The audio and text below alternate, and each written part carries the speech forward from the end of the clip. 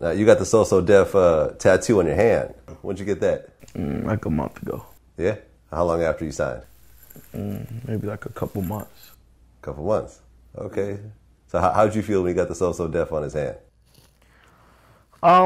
Well, I feel like this about tattoos, and I think y'all talked about this before. Like, people always talk about tattoos and people having tattoos, and I know that the Jermaine Dupri, Janet Jackson tattoo always comes up as an issue when blogs want to talk. And I feel like this, as if you get tattoos on you, you should get tattoos on you that have something to do with your life, right? As representation of something that's going on in your life, or a representation of something that happens in your life, or a very intricate part of your life, or whatever it is. Don't be tatted up with a whole bunch of shit on your arms that don't have nothing to do with you, and nor do you know the people that's on your arm, right? So therefore, him having a So So Def tattoo makes all the sense in the world, because this brand is gonna change his life. You know, that's not a conversation piece that nobody can sit there and say is not gonna happen.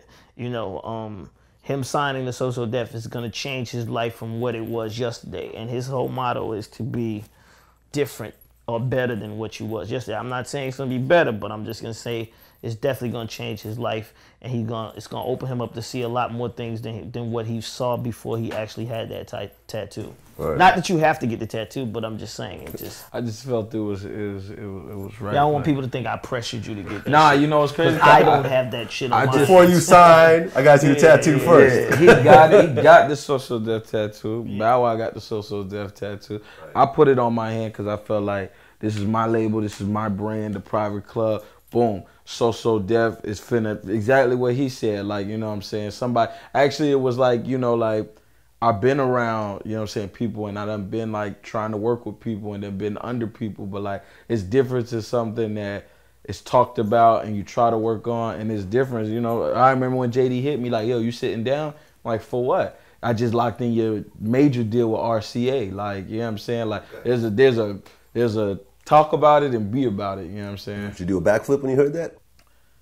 I was sitting down. When he asked me did I sit down, I was like, wait, let me sit down. Let me ask you. All right. I was like, oh shit, I want to tell somebody. I was like, but I can't say shit. And then my Twitter started going off and he already said it. I was like, oh shit, all right. Run it then, yeah. I'm sure a lot of your exes, you know what I mean, you haven't talked to in a while, start hitting you up. Oh man, I got people that really turn out to be my family and shit that like, but I saw your video on Revo. Yeah, I'm your cousin. I asked my mom, like, yo, do we know them? Yeah, that's your cousin. I'm like, why do I just know them now? But it's cool. I mean, a lot of times you see a song like this and you think like, okay, well, this person just started rapping recently and shit like that. Like, how many years has it taken for you to get to this point of like seriously doing music? I started seriously doing music my junior year in high school, and I was 16, and I'm 23 now. Seriously, I was spending all my money on my music, and I changed my room from not a room to a studio. Like, I didn't care. I told my mom, I don't care if I don't have the bed. If I could put the studio in here, I sleep on the floor. So I've been seriously doing this in my junior year, 16, 17, 18, 19, 7 years. Yeah, 7 years. 7 years. That's what's up. Now, you were under Scrappy for a long time. Yeah. How did y'all two hook up? Scrappy came to Japan on tour. He did like a 5 or 4 day tour, and I went to the show, one of his shows opening up. Don Cannon was there, Scrappy was there, and I was determined to holler at them after the show. And actually, I tried to holler at Scrap, and he kind of like so busy. He ain't in Tokyo. He not worried about me. So Cannon had just dropped a Jeezy tape. I don't know which one, but he was in his phone. I'm like, yo, Cannon, I want to holler at you. He was like, yeah, just follow me. Even the promoter was like, nah, he can't come back here. Cannon was like, come with me. Nah, he good. Went upstairs. Cannon was like, yo, spit something. I just kept going until I couldn't spit no more. Then Scrappy was like, yo, let me get it. Let me spit something. He spit. Then Cannon was like, nah, Rizzy, spit again. I spit. And then Cannon was just like, yo, you dope. And Scrap said I was dope. And I was like, yeah, I always hear that. And he was like, yo, hit my line. I'm like, I always hear that too. Right. And Scrap was like, nah, hit my line on my daughter. And whoop, whoop, I hit his line. He was like, yo, I don't think I can make you no star. Or he said, I don't think I can do maybe what you want. I don't think I can put you out like that, but I think that I can introduce you to everybody. And if you stick by me, everybody know me. So if you beside me, they gonna know you.